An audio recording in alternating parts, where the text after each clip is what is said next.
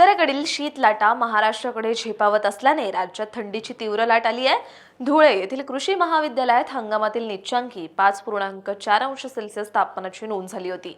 आज 10 डिसेंबर रोजी मध्य महाराष्ट्र मराठवाड्यात थंडीच्या लाटेची शक्यता असल्याने सतर्कतेचा इशारा म्हणजेच येलो अलर्ट हवामान विभागाने दिलाय। उत्तर भारतात थंडीची तीव्र लाट कायम असून मंगळवारी म्हणजेच काल 9 डिसेंबर रोजी पंजाबच्या गुरुदासपूर येथे देशाच्या सपाट भूभागावरील नीचांकी 4.5 अंश किमान तापमानाची तर सकाळपर्यंतच्या 24 तासांमध्ये कर्नाटकच्या कारवार येथे देशातील उच्चांकी 35.8 अंश सेल्सिअस तापमानाची नोंद झाली। रत्नागिरी येथे राज्यातील उच्चांकी 34.6 अंश तापमानाची नोंद झाली होती।